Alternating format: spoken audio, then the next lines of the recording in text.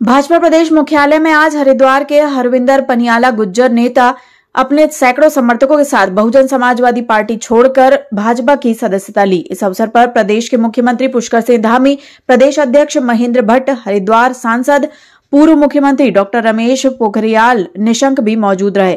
हरिद्वार से हरविंदर पनियाला गुर्जर नेता पहले भी 2 बार विधानसभा चुनाव लड़े हैं। आज अपने सैकड़ों समर्थकों के साथ बहुजन समाजवादी पार्टी छोड़कर के भाजपा ज्वाइन की।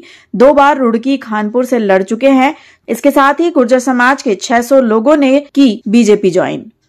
हम लोग भाजपा में तो पहले से थे, ये परिवार था। हम लोग चले गए थे कुछ कारणों की वजह से, और अब हमने ये चारों तरफ देख लिया है कि भारतीय जनता पार्टी में जो सम्मान है वो दूसरे दलों में, दूसरी पार्टियों में नहीं है।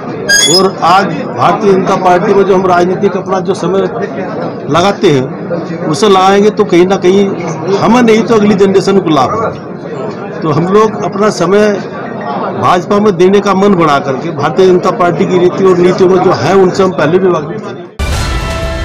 प्रदेश भर से पहुंचे बेरोजगारों ने राजधानी देहरादून की सड़कों पर उतरकर सरकार के खिलाफ नारेबाजी की। बता दें कि भर्ती परीक्षाओं में हुई धांधली को लेकर युवाओं में खासा आक्रोश है। भर्ती में हुई गड़बड़ी के खिलाफ युवाओं ने सरकार के खिलाफ मोर्चा खोल दिया, तो वहीं विपक्ष भी सरकार को घेरने की पूरी कोशिश कर रहा है। बेरोजगार संगठन ने सरकार के खिलाफ नारेबाजी करते हुए आज राजधानी देहरादून के परेड ग्राउंड में जमा होकर सचिवालय कूच किया। हजारों की संख्या में नाराज बेरोजगार संघ के युवाओं का कहना है कि राज्य गठन से अब तक हुई परीक्षाओं की जांच सीबीआई से होनी चाहिए। हम उत्तराखंड की नारी है। आज हमारे हक के लिए सरकार ने हमें इतना परेशान कर दिया है कि हम लोग रोड में आने में मजबूर हो गए। हम पढ़ाई छोड़ के यहाँ आ रहे हैं, सरकार से भीख मांग रहे हैं, पर हम भीख नहीं मांगेंगे, ये हमारा अधिकार है। मैं सिर्फ माननीय मुख्यमंत्री युवाओं के मार्गदर्शक आदर्श है, उनसे सिर्फ यही कहना चाहूंगा कि जितनी भी भर्ती वाली घपले वाली भर्तियां सभी को निरस्त कर 2 माह के अंदर पुनः परीक्षा कराई जाए।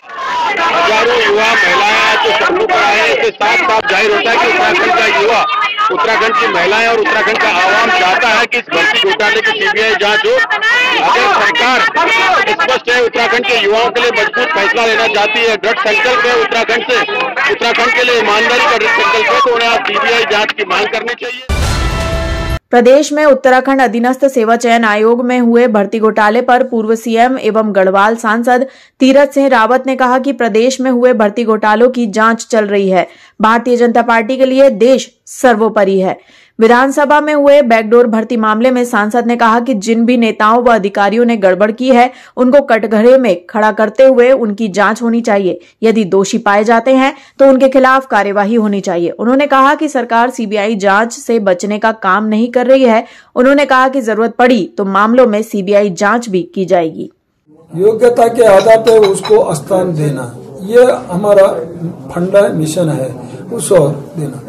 यदि कहीं भी इस प्रकार का कोई भी गड़बड़ियां हुई हैं तो निश्चित है कि उस संज्ञान में लिया जाएगा, उसकी जांच होगी। युवा इसी पे बच रहे हैं। पहली प्रक्रिया प्राथमिकता जांच स्वाभाविक की, जब कोई घटनाएं होती है तो स्थानीय उस पर अपनी जांच होती है, प्रक्रिया कहते हैं, और वो प्रक्रिया हो रही है। यदि लगेगा कि अब इसमें भी किसी को शक है और कोई गड़बड़ी और कोई इस तरह दिखते हैं अपने महकमे से, अपने अधीन जो कर्मचारी अधिकारियों से, उस एजेंसी से, तो फिर सीबीआई जांच होगी। सरोवर नगरी नैनीताल व पूरे कुमाऊं में मां नंदा सुनंदा महोत्सव आज भावभीनी विदाई के साथ इस वादे के साथ अगले साल जल्दी आऊंगी कहकर समापन हो गया। यहां सरोवर नगरी में 1 सप्ताह तक चला श्री नंदा सुनंदा महोत्सव को हजारों लोगों ने भावभीनी विदाई देकर मां नंदा सुनंदा मैया को जयकारों के साथ नगर परिक्रमा कराने के बाद ठंडी सड़क में झील के किनारे विदाई दी गई। ऐसा लग रहा था मानो कोई पिता अपनी बिटिया को, भाई अपनी बहन को ससुराल विदा कर रहा होगा। सभी लोग दुखी नजर आ रहे थे।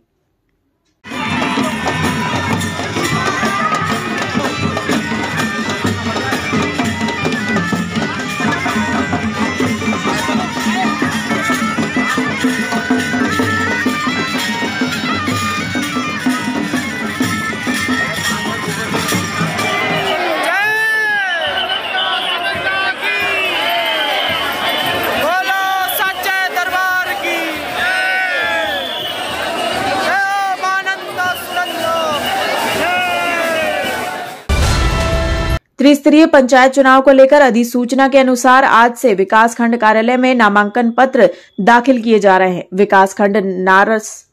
विकासखंड नारसन के कार्यालय में आज सुबह से ही लोगों का तांता लगा हुआ है। सुबह से लोग लाइनों में लगकर अपना अपना नामांकन पत्र जमा कर रहे हैं। वहीं निर्वाचन अधिकारी नरेंद्र यादव ने बताया कि विकासखंड नारसन में 840 पदों पर चुनाव होना है, जिसको लेकर 6 सितंबर से 8 सितंबर तक ग्राम पंचायत सदस्य, ग्राम प्रधान और क्षेत्र पंचायत के प्रत्याशी अपना नामांकन पत्र जमा कर सकते हैं। साथ ही व्यवस्थाओं को लेकर उन्होंने बताया कि 12 ARO नियुक्त किए गए हैं। नामांकन की प्रक्रिया आज से प्रारंभ हो गई है और जिसके लिए हमने कुल 12 ARO को नियुक्त किया है। 4 ARO हमारे BDC के लिए और 8 ARO हमारे प्रधान और वार्ड मेंबर्स के लिए नियुक्त किए गए। ये व्यवस्थाएं कल शाम 5 बजे पूर्ण कर ली गई थी, जिसका निरीक्षण मुख्य विकास अधिकारी महोदय ने मौके पर कर लिया था और आज सुबह निर्धारित समय 10 बजे से ये नामांकन की प्रक्रिया शुरू हो गई है, जो कुल 3 दिवस तक चलेगी, जैसा हम नोटिफिकेशन में जानते हैं। ओके, देखिए, जवान तो इसलिए नियुक्त है, वो बैठने के लिए नियुक्त नहीं है, खड़े रहने के लिए है। सरकारी सेवक का काम है खड़े रह करके अपनी सेवा करना, वो मैं देख लेता हूँ। और पानी के लिए नगर पालिका मंगलौर से हमने एक जल टैंकर मंगा के भी रखा है। यहाँ विकासखंड में भी, क्योंकि पहले भी हमेशा लोग आते रहते हैं, तो नलों की व्यवस्था है। इसके बाद भी मैं एक बार और निरीक्षण कर लेता हूँ, आवश्यकता है तो एक और टैंकर मंगा के। और जो रिटर्निंग ऑफिसर हमारे यहाँ नियुक्त करे गए हैं निर्वाचन अधिकारी, उनको थोड़ा सा ध्यान इस चीज़ पे देना चाहिए था कि यहाँ थोड़ा टेंट की व्यवस्था होती। ग्रामीण है जिसमें महिलाएं भी हैं, महिला के साथ में युवा वर्ग भी है, तो छाया की कोई व्यवस्था यहाँ देखने को नहीं मिल रही है। दूसरा, पानी की व्यवस्था को देखा जाए तो पानी की व्यवस्था में भी बहुत सारी कमियाँ हैं। एक सरकारी हैंडपम्प देख सकते हैं आप, अदरवाइज और यहाँ और कुछ नहीं है। यहाँ हज़ारों की संख्या में भीड़ है। तो आपको पता है कि एक जब ब्लॉक स्तर पर कोई निर्वाचन का कोई काम होता है तो कितनी भीड़ यहाँ पर मौजूद होती है। तो ऐसी स्थिति में निर्वाचन अधिकारी जी को ये सोचना चाहिए कि यहाँ पर टेंट की व्यवस्था हो, समुचित पानी की व्यवस्था हो, बैठने की व्यवस्था हो। कुछ बुजुर्ग भी ऐसे होंगे, विकलांग ऐसे होंगे कि उनके लिए व्हील चेयर की व्यवस्था हो। तो मेरा तो सिर्फ एक इतना ही अनुरोध है कि अगर आप लोगों के माध्यम से कि अगर ये सब व्यवस्था यहाँ हो जाए तो ये काफ़ी अच्छा और रहेगा। जहाँ SNN फिल्म लगातार उत्तराखंड के कल्चर को जनमानस तक पहुंचाने का काम कर रहा है और अभी तक गढ़वाली भाषा में फिल्म गीत लॉन्च कर वाहवाही लूट रहा है, तो वहीं अब हिंदी भाषा में धागे फिल्म बनाकर बॉलीवुड में भी धाक जमाने का प्रयास किया है। बता दें कि यह फिल्म 16 सितंबर को रिलीज होगी, जिसके प्रमोशन के लिए फिल्म निर्माता सोहन उनियाल जी तोड़ मेहनत कर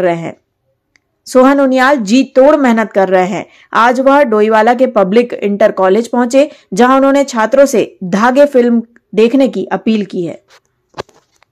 उत्तराखंड का दर्द इसमें दिखाया गया, जो हमारी चक्रोत्ता की हसीन वादियों में शूट किया गया। उत्तराखंड के कलाकार, एक तो जो एक्ट्रेस है स्वाति ने, की वो उत्तराखंड से ही है, देहरादून की है। विदुषी भी देहरादून की है। मैं खुद जोली ग्रांट कालू सिद्ध मंदिर सबने देखा होगा, मैं यहीं का रहने वाला हूँ। और जो मेरे डायरेक्टर है अंकुरमान सर यूपी से हैं, जो एक्टर हैं निखिल चौधरी जी वो भी यूपी से हैं। जो हरियाणा से एक एक्टर हैं गुलशन ताहिर, वो हरियाणा से। और दूसरा मेरे पार्टनर है जो सरिता सिरोही जी, वो भी यूपी से हैं। तो दोस्तों, हमने ये शूट 25 से 30 दिन में हमारा ख़त्म हुआ, जिसको अभी 10 महीने हो गए। और अब 16 सितंबर को रिलीज हो रही है नज़दीकी सिनेमाघरों में। तो ज़्यादा से ज़्यादा मैं ये चाहूँगा अपने उत्तराखंड वासियों को कि ज़्यादा से ज़्यादा इसे देखें।